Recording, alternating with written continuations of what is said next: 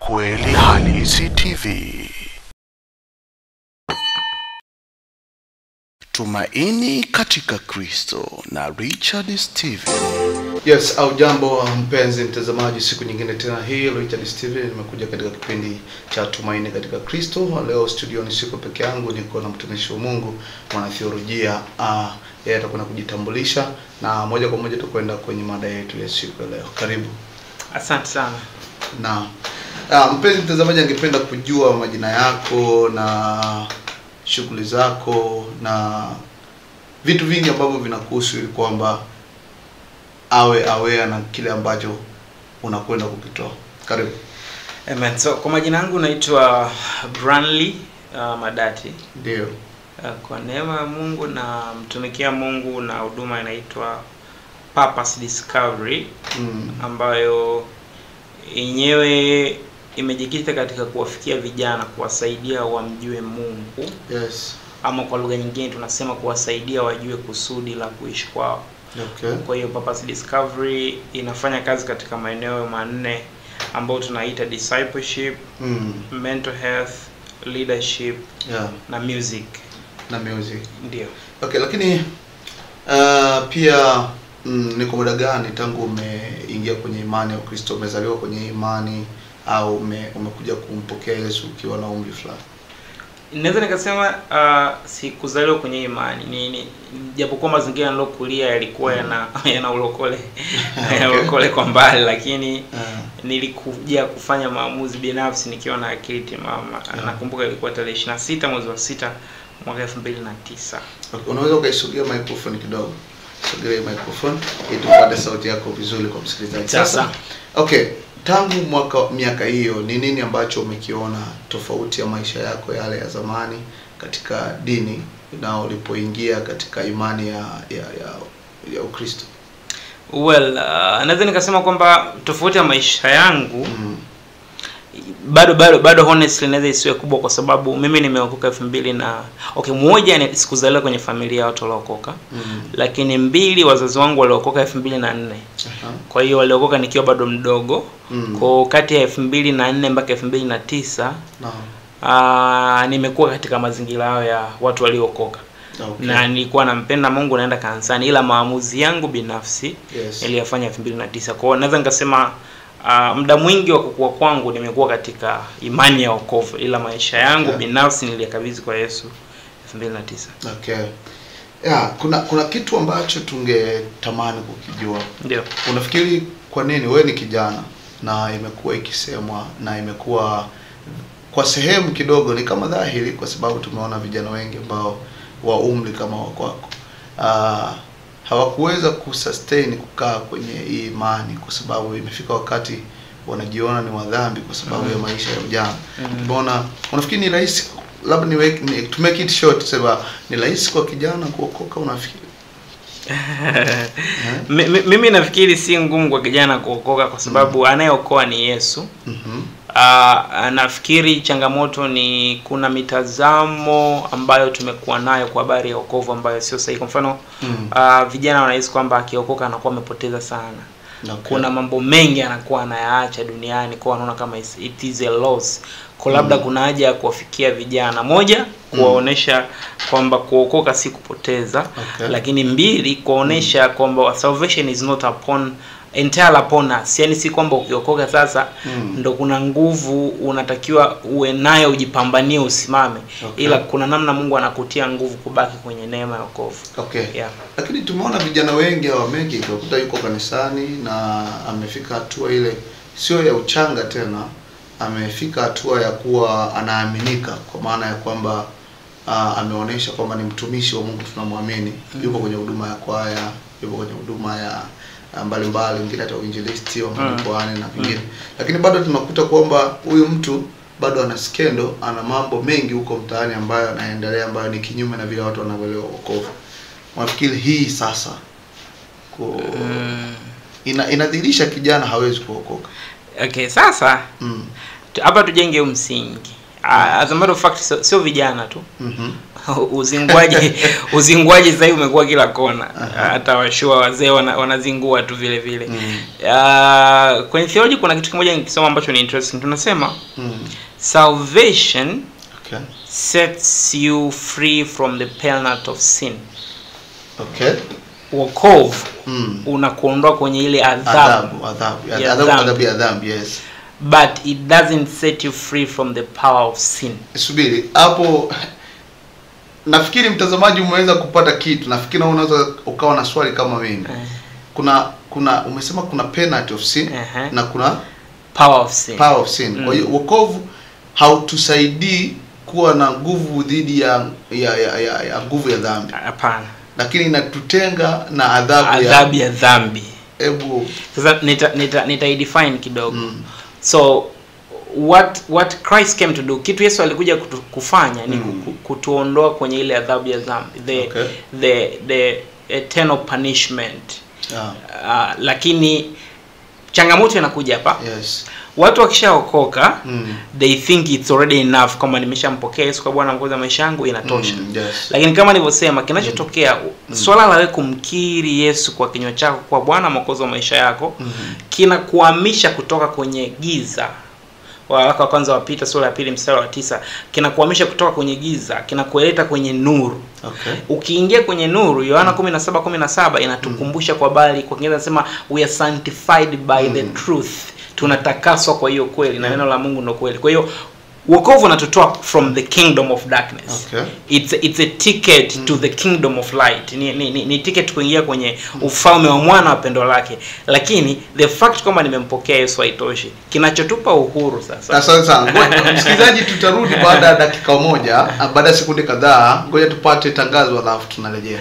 Asante sana. Baki nasi, usiondoke. Kweli Halisi TV.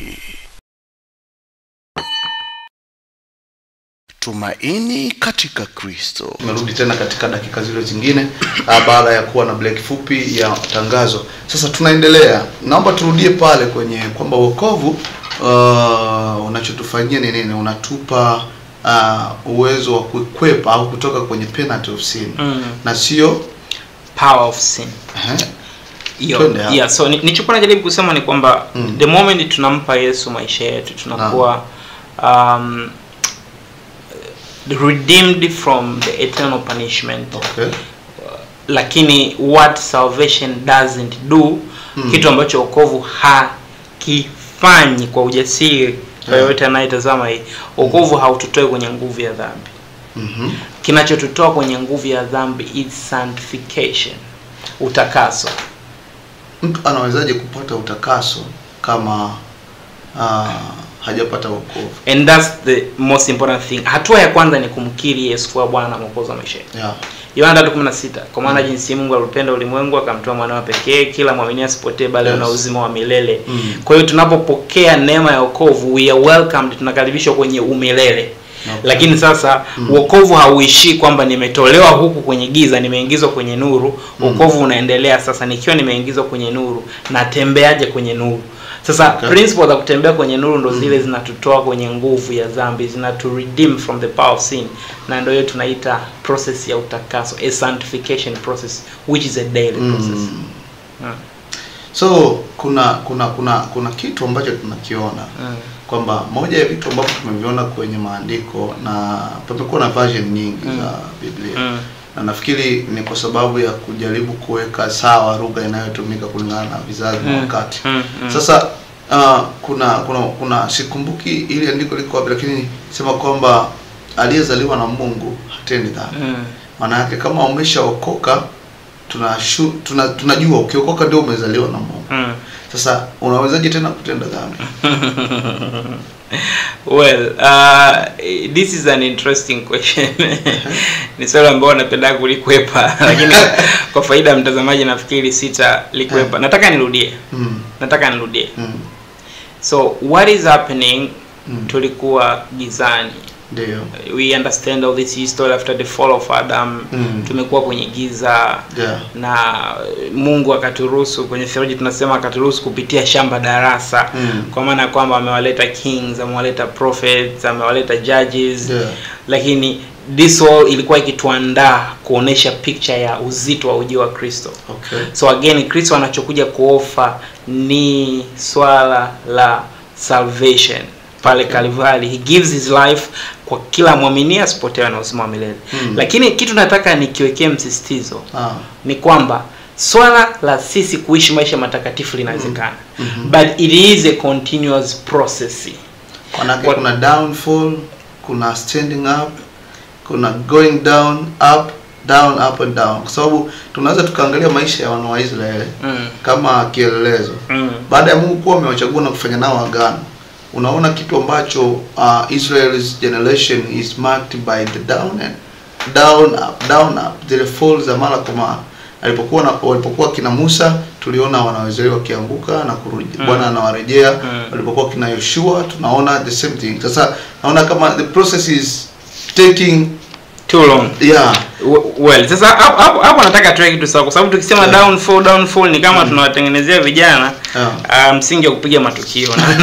Na mimi siko hapa kupotosha vijana, kwa sababu basically nafikiri audience wetu wengi ni vijana. Nataka tuende kwenye changamoto ya kwa nini tunafall, tunainuka, tunafall, tunainuka.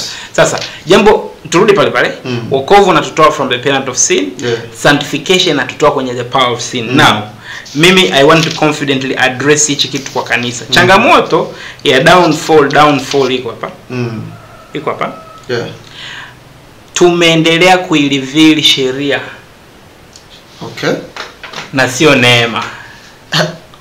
Koja, kuna mtu anaweza sielewe. Tunapozungumzia sheria na neema, what the difference? Okay. Sheria na neema tofauti yake ni hii. Before the coming of Jesus, wakati wa kina Musa, watu waliishi under what they can do for God. Okay. Namna gani atapambana kumplease Mungu. Ndio. Palikuwa na usi nyingi. Ndio. You see? Usi nyingi. Na. But when Christ came, akazisamalize hata zile amri zote 10 katika amri 2. Mpende Bwana Mungu wako. And mpende jirani yako kama nafsi yako. Isn't it? So kinachotokea, kwa nini fall and rise inakuwa nyingi, ni kwa sababu bado tume-exaggerate sheria kuliko neema. And as a matter of fact, ukija na fundisho la neema unaonekana kama unawaambia watu wafanye maovu. Lakini nataka nisome Biblia. Nitasoma Biblia Kiingereza tuende kwa Kiswahili. Titus 2:11 maandiko yanasema, for the grace of God has been revealed, bringing salvation to all people. Okay. And we are instructed to turn from godless living and sinful pleasures. We should live in this evil world with wisdom, righteousness and devotion to God, while we look forward with hope to that wonderful day when the glory of our great God and Savior Jesus Christ will be revealed. Sasa kitu kiko hivi. Mifumo ya makanisa yetu bado ipo kwenye usi nyingi, usivae, usikanyage, haipo kwenye kulivili the beauty of Christ. Okay. Kinachomfanya mtu kwa watu wengi wanakuwa hawafanyi matukio katika ile namna ya kuogopa nitaenda jehanamu, katika ile namna ya kuogopa kanisa litanitenga kwa sababu ya sheria. Now, kwenye theology tunasema where there is too much don't, there is too much do. Ukisha kuwa umeambiwa usifanye hivi, inakutengenezea curiosity. Hivi wameniambia nisifanye hivi, kwani nikifanya ngoja nione nifanye afu nione kinatokea. Lakini mimi nafikiria ili tusaidie vijana waendelee kumpenda Yesu ni kuwalivilia the depth of what Christ did for them. Okay.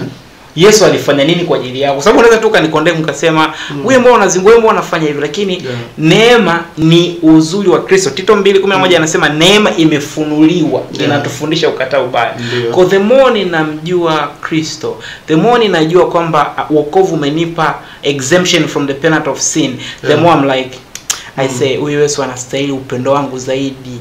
Ameniokoa bure. Amenifia bure. Amenipa tiketi ya kwenda mbinguni bure. Maana ya maisha yangu mpatikana katika yeye. Kwa hiyo Yesu anapokuwa revealed sana, ndivyo inanitia sana mimi moyo kumpenda. Lakini shida sisi tunaiongelea sana dhambi. As a matter of fact, dhambi imekuwa exaggerated kuliko Yesu. Msizini, msibe. We are back to the Old Testament. Okay. What we can do for God, but Christ is brought to show what God is doing for us, and what God has done for us is to extend his love. Extend upendo wake kwetu. Ametuonesha kwamba jamani mimi nawapenda vijana wangu. sisi tuliompenda, ni yeye tupenda kwanza. Kwa kama tunataka vijana waamrudie Mungu, ni tusiwa condemn tu, ila tuwafunulie pendo la Kristo. Pendo la Kristo likiingia kweli moyoni. No. I say there is this song huyu jamaa ameimba wimbo fulani wanasema it is well. With my soul. Story yake ni ndefu kidogo, majanga mengi yalitokea, lakini when the beauty of Holy Spirit, when the beauty of Christ was revealed to him, anasema with all these things it is still well, kwa sababu anaujua uzuri upitao kifana kumfahamu Mungu. Ukienda kwenye Ayubu ile sura ya kwanza, baada ya majanga yote, maandiko yanasema hivi kwa pale mstari 21, he fell down in worship. Yani baada ya kila kitu huyu jamaa bado akafell in worship because of the beauty of God. So when the beauty of Christ is revealed, watu watafall in love with God. Sisi tunatishana. Nikikukamata, mimi nikimwona mchungaji naingia church. It's not because I fear God, because kuna sheria zimewekwa. So let's reveal the love of Christ in the church. Kwa hiyo kwa kusema hivi kuna picha naipata. Sijui kama mtazamo wangu utakuwa ni sahihi, lakini naona kabisa kwamba katika generation ya Agano Jipya, kizazi cha neema, tunaona kwamba sheria inaweza ikawa ni msingi wa kutenda dhambi. Mimi kwa ujasiri wote, niangalie kamera vizuri, kwa ujasiri wote I am against the law. Okay. I am against the law. The law ni msingi wa kutenda dhambi. Na naomba niliweke wazi. Nikisema hivi sitetei dhambi, nikisema hivi sisemi vijana watende dhambi, but tell me, show me the law, I will show you a sinner. Show me true grace, I will show you a holy person. That's it. The more tunaweka masheria, the more. Nimewasaidia watu wengi, ndugu mtangazaji. Nikaja kurealize wengi nao wasaidia kumjua Mungu. Encounter yao inakuwa kubwa pale ambapo wanafili Yesu amefunuliwa. Yani kuna mguso unaupata, lakini sio vitisho. Nimetoka kwenye imani yangu ya vitisho. Wananitishia. Nimekuja kuwa na vitisho. What is the extra? The extra thing is Yesu alikufia. Yesu anakupenda. Maandiko kwenye sura ya 8 kitabu cha Warumi inasema he is at the right hand of the Father interceding for us. Kweli Halisi TV. Tumaini katika Kristo na Richard Steven. Swala zima la neema. Kwa neema ni kitu gani? Umeelezea vizuri tofauti ya neema na sheria. Labda nini kingine ambacho tunaweza kukisikia ambacho kinaweza kuwa faida kwa vijana? Mimi nafikiri kama msingi leo ujenga kwamba moja, neema iwe revealed. Neema ikifunguliwa kwa wingi inatufundisha kukataa ubaya. Ukiona kuna fundisho la neema linakufanya utende dhambi, hiyo sio fundisho la neema. Grace is not a penalty. I mean, grace is not a license to sin, but it's the power to overcome sin. Okay. Grace is not a license to sin, it is the power to overcome sin. So the more neema inakuwa revealed, the more tunampenda Yesu, kwa sababu tunajua kile Yesu alifanya kwa ajili yetu. Lakini upande mwingine nafikiri ifike mahali kama kanisa, Mungu atusaidie kuwafikia watu kwa wingi na kujua kwamba kuna malebo tumeyaweka, masheria, mautaratibu, tradition, kwa ujasiri nasema hamna mahali anatupeleka. Yesu anafanya kazi na individuals, Yesu anafanya kazi na watu. Yesu hayuko interested na haya majina na denomination ambayo sisi tumejiwekea. Hizi ni structure tumejitengenezea sisi. Okay. Lakini hivi sio vitu ambavyo vinamfanya tumjue Yesu. Labda kila kanisa na niseme kanisa, niseme denomination. Kila denomination unakuta ina misingi yake kuamini katika Biblia. Kwamba wengine wanaamini kuna misingi kadhaa, wengine hivi na hivi. Na katika hiyo kuna vitu wanavikataa, kuna vitu wanavikubali. Sasa najaribu kuangalia kwamba what the final point of the church. Well, very good question. Let me show the viewers. This is the final this is the final thing. Now nimekuja kujifunza kitu kimoja. Being a minister, although I'm young, nimekuja kujifunza ni vizuri sana tujifunze kutofautisha neno la Mungu, hisia na mitazamo yetu, na tradition zetu. Okay. Kwa mfano, kuna vitu entirely ni neno. Viko very clear. Swala kama usizini, hatuna version za uzinzi. Ndio. Hatuna kwamba kwa kanisa letu nafikiri usogee hadi hapa, ila ukifika hapa stop. Okay. It's clear. Ni dhambi. Ndio. Lakini kuna maswala ambayo ni mautamaduni ambayo sisi tunaweka, alafu kusema ukweli yanaweza yasiwe very meaningful. yanaweza sema very meaningful. Tunaweza tukaamka leo tukasema sisi kanisani kwetu tutakuwa tunavaa majoho tu. Yes. Ni kanisa la majoho. Sio neno la Mungu. Sio neno la Mungu. Kwa hiyo usimkondemn yule aliyeko nje ambaye havai majoho. Lakini tunachokitegemea ukishakuwa umeokoka, una roho ya Mungu, you'll wear decently. Utavaa kwa adabu. Na nataka nitolee mfano, inaweza kuonekana ni disclaimer, I'm putting on a jeans, ili ni jeans. Ukija kwenye mambo ya corporate world, ili ni vazi casual. Ndio. Kwa hata baadhi ya ofisi itakuzuia kuvaa sio kwa sababu ya uhuni wa jinsi, ila kwa sababu ya casuality ya jinsi. Lakini kuna imani itaihusianisha jinsi na uchafu, jinsi na dhambi. So we are very busy kufanya condemnation. Sasa again, hiyo ni tool shetani anaitumia kufanya distraction. Mtu anatumia masaa mawili kufanya analysis ya namna jinsi ni uovu, alafu anasahau kumlivili Yesu. Kwa hiyo unakuwa uko busy ukihangaika na haya mango. Naomba niweke kitu clear. Decency ni kitu cha msingi, kuvaa kwa heshima, kuvaa kwa adabu, kubehave kama mtumishi wa Mungu. Biblia inasema tusifuatishe namna ya dunia. Lakini kuna vitu vingine ni kwamba ni utaratibu. Sisi kama kanisa tumejiwekea utaratibu. Sisi kama watu tulioka tumejiwekea utaratibu. Ila sasa visitupotezee pia muda. One thing nimejifunza ndugu mtangazaji. Yesu akiwa revealed, Yesu wa kweli. Kuna vitu utafanya ukiwa umeokoka. Yesu anasema hivi, if you lift me, I'll draw men to myself. Yaani tukimuinua Yesu ataigusa mioyo ya watu. Lakini sisi tunainua tamaduni. Tamaduni hazileti badiliko, na tamaduni zina change, na tamaduni ziko tofauti tofauti kwa nchi tofauti tofauti. So Yesu akiinuliwa, watu watafollow in love na huyo Yesu. Mimi nimeshuhudia kuna vitu watu wanakuambia uelewe, lakini ukiwa na personal time na Mungu, unaanza kuona Roho Mtakatifu akikwambia. Kwa hiyo tumuinue Yesu. Lakini kitu kingine naomba nikizungumzie, kama utaniruhusu ndugu mtangazaji, karibu. Ni maombi yangu sana hasa kwa sisi vijana ambao tunaendelea kukua. Nimekuja kurealize, na nilikuwa nasema sehemu fulani kwamba every power of the darkness is a distraction towards the message. Tuna mambo mengi sana yanaendelea. Lakini katika hayo mambo yanavyoendelea, nataka tu kudestroy sisi kuireveal message. Let's say mimi nafanya huduma kwa neema ya Mungu. Nafanya huduma more than 5 years now. Na huduma yetu imejikita katika kumreveal Yesu. Na ni kawaida sisi kufanya makongamano, akizidi sana watu wanakuja 100. Najua Mungu atatufikisha mbali zaidi. Lakini shauku yetu imekuwa hao 100 wanaokuja wakutane na Yesu. Sasa hivi kuna distraction imekuja. Nitaisema kwa uwazi bila haya kwamba tunaanza kutoka taratibu. Tunaandaa kongamano la ukombozi wa kifikra, ukombozi wa ardhi, ukombozi wa fedha, ukombozi wa nini. Ni vitu vizuri. Lakini vile vitu tunaviita good advice, sio good news. Injili ni ile kweli inayomtoa mtu kwenye utumwa wa dhambi, inamweka kwenye nuru. Lakini kinachofanyika, unakuta mtu ni mtumishi wa Mungu, ameandaa kongamano la ukombozi wa kifikra, atazungumzia vitu vingine. Kongamano la ukombozi kufanikiwa kibiashara. Atarevili namna unafanikiwa kibiashara katika Yesu, alafu wewe unayeambiwa hicho kitu wewe mwenyewe huna Yesu. Kwa hiyo ni distraction shetani ametuletea. Ametuletea distraction ambayo tunajikuta tunapeana ushauri mzuri. Unaenda kanisani, asilimia kubwa ya mahubiri yanahusu mazingira, yanahusu kuishi vizuri na majirani, ni kitu kizuri. Lakini tusisahau ile injili, tusisahau kumreveal Yesu.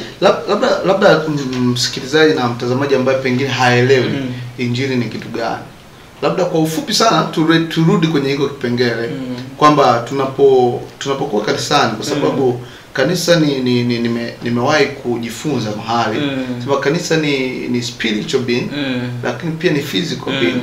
Maana yake mimi ndio kanisa ambaye spiritually nakuwa nipo active, lakini physically nipo active pia kwa sababu naishi duniani. Tukizungumzia mahusiano ya Mkristo na jamii inayomzunguka, mahusiano ya Mkristo na namna yake ya maisha ya kila siku, kuna kitu kinaitwa extremity in faith. Mtu anakuwa too spiritual kiasi kwamba kuna mambo hayafanyi. Na duniani watu wamedevelop namna ya vitu vya kuendeshea vitu fulani. Kwa mfano, kuna mambo ya saikolojia, kuna mitaala ya saikolojia.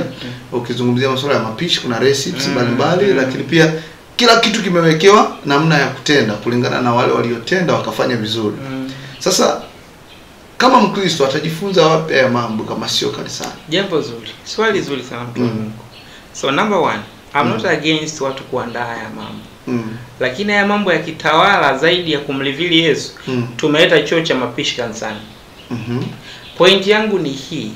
Kanisa liwe occupied sana na ujumbe wa kuhusu Kristo. As a matter of fact, tunaishi kwenye wakati wa mwisho. Mimi mfano kwa mwaka nikiwa naomba, ninachosikia ndani yangu ni vitu viwili. Kwenda deep kwenye mahusiano yangu binafsi na Mungu. Kumjua Mungu kiundani. 2, kuwin souls. That should be the biggest agenda of my heart. And I think that's the biggest agenda kanisa tumeitwa kufanya. Haya mambo mengine. Mtangazaji, kuna jambo moja nimelikumbuka. Nilikuwa najaribu kusoma neno secular. Tukizungumzia secularism, tunazungumzia ya hapa, ya duniani. Kama kanisa limejawa na 90% ya mafunzo ya mapishi, tunasahau kusudi. Sawa. Tunahusika na ya hapa, ya duniani. Tunasahau kwamba mwisho wa siku hapa tutaondoka. Kwa hiyo rai yangu ni hii, zitengenezwe ratiba maalum once in a while kulisaidia kanisa kwamba sasa wenzetu wa duniani wanafanikiwa. Basi sisi tumeshampata Yesu, tunawezaje kujifunza principles za kiuchumi? Lakini changamoto ambayo ninaiona ni pale ambapo muda mwingine tunaandaa hata makongamano ya wazi ya nje kuzungumzia uchumi kwa watu ambao hawamjui Mungu, kanuni za kufanikiwa kibiblia. Kwa hiyo Biblia inakuwa kama ni uchawi wao kufanikiwa. Lakini huyo Yesu hamjui. Yesu hajatuita tuambie watu watafanikiwaje kiuchumi. Yesu ametuita tuwaelezee watu kuhusu uzuri wa Yesu. Asante mpenzi mtazamaji, tunaenda kwenye break fupi, tunarudi. Mada imekuwa nzuri na hot kweli, usiondoke, tuendelee pamoja. Kweli Halisi TV. Tumaini katika Kristo na Richard Steven. Ni fulani katika Ukristo ndio tulikuwa tunaangalia kipengele hicho. Unafikiri kwamba is it necessary kwa mtu kuabide kwenye ile misingi? Mbona imani zingiza misingi 20, mingine 15, mingine 12, mingine 1. Sasa ile misingi inamfanya mtu awe kwa sehemu fulani anakuwa ni occupied na denomination, na hawezi kutoka nje ya kile ambacho kipo katika misingi yake. Sasa nimeona pale ulisema kwamba msingi wa kweli ni nini? Ni Biblia, ni neno la Mungu. Sasa uone kama without having those foundations of faith or some principles for certain faith, people will not be able to follow Christ.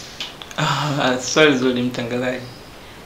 Watu wanapaswa kumfuata Kristo kwa neno, sio kwa misingi ya kanisa. Sasa nitaliweka hili jambo sawa. Kwa mfano, sisi tumeokoka, tunasali kanisa la haijapata tokea Christ Ministry. Ni kanisa kabisa la ukweli. It's an assumption, it's a story najaribu kutengeneza. Sasa humu kanisani tunampenda Mungu, we reveal the message of Christ, we speak about the testimony of Christ, lakini tukaona kwamba tusaidiane pia kiuchumi. Katika kusaidiana kiuchumi tukaanzisha kikoba. Katika kile kikoba tukaweka principles ambazo they are non-biblical but they are not a sin. Kwa mfano tukisema tutunze muda, hatuhitaji kwamba sasa Mathayo 6:7 tumesema tutunze muda. Tumesema labda tutagawana faida kila Jumamosi tukikutana. Tumesema kwamba tutavaa labda nguo nyeupe kuonesha usafi na wema katika kikundi chetu. These are principles tumeziset sisi. Where I get a challenge with the church is when a person comes and say tumeanzisha principle alafu wanasema says the Lord. So ninatamani tujifunze kuliweka neno la Mungu on the right hand, kama this is what the word of God says, lakini ili tuwe na utaratibu, Roho wa Mungu ametupa hekima, kuna kanuni tumezianzisha. Shida nyingine inakuja hapa ndugu mtangazaji, pale ambapo kanuni zetu zinataka tujifanye sisi ni kanisa bora kuliko makanisa mengine. Wait a little bit. But these principles and foundations of a denomination, it is said to be derived from the word of God and not made from man's thinking. Sasa hapo your question is provoking, kwa sababu mfano mimi nitakuuliza kanisa lako, nitakuuliza na misingi yenu, alafu nitakuchallenge kwamba kuna vitu tu vimeandikwa. Sasa najaribu kusema hivi, kama ni neno la Mungu, it's clear, it's okay, lakini pia likiwa neno la Mungu mzilisome kitradition. Yaani kuiderive principle kutoka katika neno la Mungu haitoshi. Execution yake haifai kuwa ile religious execution. Okay. Kuna kwenye kutafsiri maandiko kuna the pre-context and the post-context translation, kwamba unaangalia kilichosemwa kabla na kilichosemwa baada. Okay. Naweza nikaamka leo nikaanzisha imani ya kujipamba kwenu kusio kwa namna hii, nikasema msivae heleni. Si sawa? Nikasema msivae heleni. Na imeandikwa kwenye maandiko. Na mimi nikasema ni dhambi kuvaa heleni. But what is the original context of that? Sasa kwa nini nasema hayo? Kuna wakati wanaofanya watajua, mimi that's not my concern. Kuna wakati haya yanachukulia attention. Yaani tunajulikana kama kanisa la wasovaa heleni and we even forget about the message. We are proud kwamba sisi nimeshakutana na imani fulani ikiwa jeshini. Wakanibeba. Ukikaa nao ukiongea nao, muda wanaotumia mkubwa ni wanaotumia muda kukwambia ukiwa mwanamke funika kichwa, let's say, so to say for example, huo muda unakuwa ni mwingi. That was the practical example mimi nikutana nayo, kuliko muda wa kuniambia kuhusu Yesu. Kwa hiyo ni distraction, kwa sababu kuna andiko moja ambalo even the original context may not be applicable in my context now. Limekuwa exaggerated. Kwa tunasahau kumlevili Kristo, tunaanza kubichana. Hapana. Sisi kanisani kwetu mbona hawafunika? Sisi kanisani kwetu wanafunika. So you forget the message. Lakini kitu kingine cha kuongezea. Nataka niwe very intentional hapa and precise. Watu wa Mungu anafanya kazi na watu. Mungu afanye kazi na mashirika. Okay. Mungu anafanya kazi na mtu. There is this challenge pia tumejimilikisha sana Yesu. Okay. Yesu amekuwa ni Yesu wa watu fulani. Me I'm telling you, in heaven you will meet people from different denominations. Humbly speaking, some of those are not even Pentecostal denominations. Ila walimpa Yesu maisha yao. They had an intimate relationship na Mungu. Okay. Na wali win more souls. So Yesu hayuko close in the Pentecostal parameters. Sincerely speaking. Sorry. Hapo mtazamaji anaweza akapata shida kidogo. The word Pentecostal nafikiri inatokana na ujazo wa Roho Mtakatifu. Na mtu anawezaje kufika mbinguni ambaye hana Roho Mtakatifu? Well, sawa, the word Pentecostal inatokana na huo ujazo, lakini tuachane na hilo. Twende kwenye mfano. This is provoking.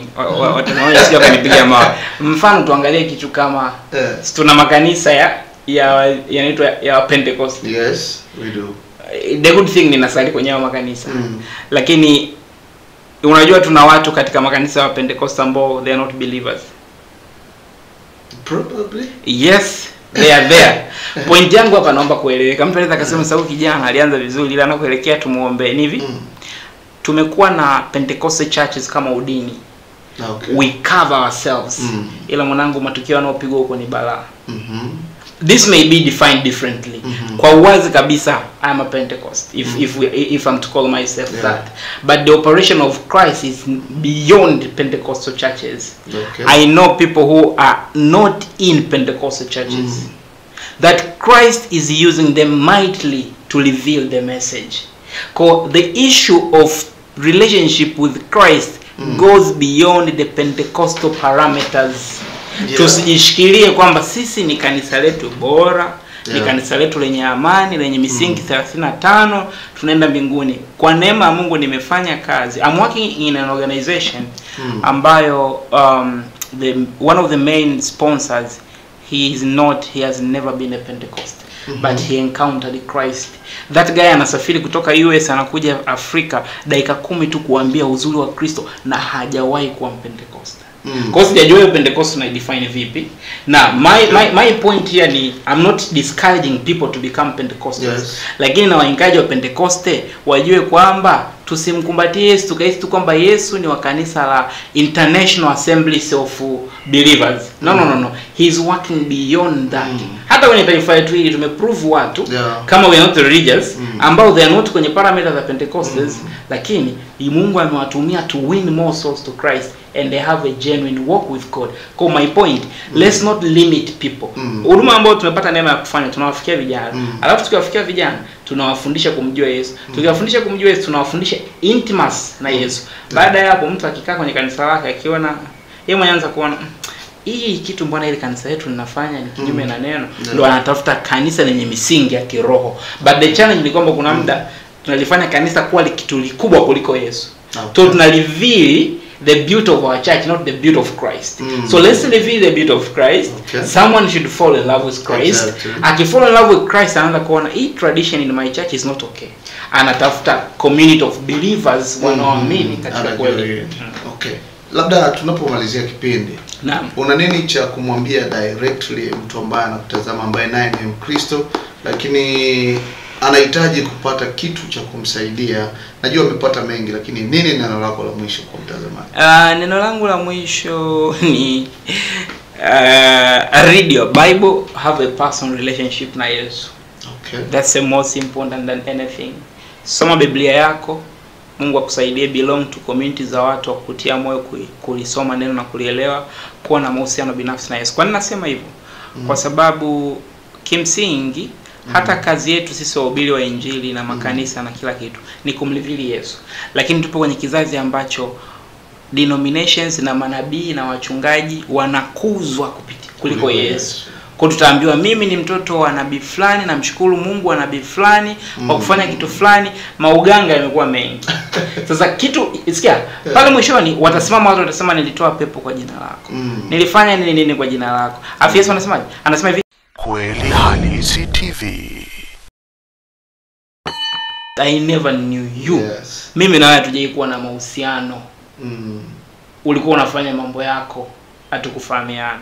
Kwa hiyo msingi ambao natamani tujenge ni tuwafundishe watu kumjua Yesu kibinafsi. Tusimkumbatie Yesu kaisi Yesu ni wa kanisa fulani. Kwanza Yesu alikuja kwa ajili ya wadhambi na wenye shida. Kwa hiyo tusimwisi kwamba mimi Yesu ni wa kwangu, unamlinda Yesu, utaki Yesu wako achafuke, unamkumbatia, unamfungia ndani. Let Christ be revealed out there. Lakini kingine pia watu wa Mungu, the challenge ambayo nimeipata na it's a positive challenge, nataka ni wa challenge watu. Kuna vitu tunavifanya ni waombe sana, hasa indisi tuviache. Sio injili. Hata mambo ya muziki, kuna muziki tunaita muziki ya injili, sio injili. Ni mavitu sio injili. Ni mavitu. Ama nyimbo za kutiana moyo, ama ni vijembe vinavyoimbwa kanisani afu vinaitwa injili. So may we go deep into the message of salvation and the message of Christ, because injili ni uwezo, Mungu leta wokovu. So when we speak about gospel, for example, Richard leo unaamka unaimba unasema watanikoma Mungu wangu ni mkubwa. And ukiulizwa unasema mimi ni mwana wa Mungu. Naelezea mightiness. Listen. Yesu aliacha enzi, utukufu na mamlaka, akaja kumsaidia huyu unayeomba Mungu amkomeshe. How do you think kwamba Mungu ana upuuzi wa kumtoa mwanae aje? Alafu mwanae kazi anayoifanya ni kukufeva wewe ili akomeshe huyu. Siku hizi kuna haya maombi unakuta makanisani, sijui hata mtu ameiba, let's say kuna hii ushuhuda nilisikia mtu ameiba afu akaweka picha yake, aliba ng'ombe kanisa, wakaweka picha yake, wakaanza kuomba, wanaua viungo. Kata miguu kwa damu ya Yesu. Tunakata sijui kiuno kwa damu ya Yesu. Tunakata kichwa. Let's go back to the gospel. Uwezo wa Mungu. Neno lile la Mungu linaloleta wokovu. That's the gospel. Sio makelele. Kama ni mchawi, our work is not to pray mchawi afe, is to pray mchawi amjue Yesu. Last time niliandaa conference Dar es Salaam. Kwa bahati sio nzuri, mtumishi wa Mungu tulie mngalika, great man of God, Dr. Van, aliibiwa computer one day before the conference. Alipoibiwa computer, akaja akashare na mimi afa akasema wamenipa hasira, nitapiga maombi wokoke. That's the heart of God. That's Yesu aweza kakaa akaanza kuwala, walimtemia macho, walimchoma afa akasema Father forgive them for they know not what they are doing. So in the year 2024, how I pray, moyo wetu uwe moyo wa Kristo. Injili yetu iwe injili ya Kristo. Wanaonidharau watanisalimia kwa heshima. Huo wimbo unakulivili wewe kwamba wananidharau, kesho watanisalimia kwa heshima. Kitu chochote tunachofanya kimfanyie Kristo, kazi zetu. Nilikuwa naongea na mtu jana nikasema we are all called in one ministry, in one purpose. That is the message of reconciliation, the minister of reconciliation. Uwe engineer, uwe nani. Neno la mwisho kabisa, uwe daktari, uwe nani. Mwaka huu weka nia ya kumlivili Kristo kwa watu. Asante sana. Mpenzi mtazamaji, tunafikia hatma ya kipindi chetu kwa siku ya leo, lakini kabla hatujahitimisha, mpenzi mtazamaji angependa kujua nje ya kipindi anaweza akakupata namna gani? So nje ya kipindi unaweza ukanipata kwa mawasiliano nitakayotaja, yatakuwepo hapo kwenye screen. Yes. Lakini pia unaweza ukanifollow kwenye social media. By the way, kwa neema ya Mungu, huduma ambayo nafanya ni winning souls to Christ, lakini tool nayoitumia ni counseling. Yes. Ni mbobezi katika eneo la taaluma ya ushauri na saa, kwa hiyo hasa kwa vijana, kwa hiyo feel free to reach me out. Kwa namba yangu ya simu ni 0657234263 kama itakayosoma hapo kwenye screen, 0657234263. Na kwenye social media zote nipo na natumia jina Branly Madati kama linavyoonekana hapo kwenye screen. Instagram, Facebook nipo, utakuta content zangu YouTube, utakuta content zangu huko kote, TikTok. And if you save my number, nikisave yako, I post a lot on my status. Acha tuendelee kushirikiana kumfunua Yesu kwa mataifa. That's the only ministry we are called to do. Asante sana. Basi mpenzi mtazamaji, hadi wakati mwingine ulikuwa nami Richard Steven, na hapa studio leo tulikuwa na mtumishi wa Mungu Branly Madati, mwana theolojia, ambaye amekuwa nasi katika kipindi chote. Hadi wakati mwingine, nikutakia wakati mwema. Asante.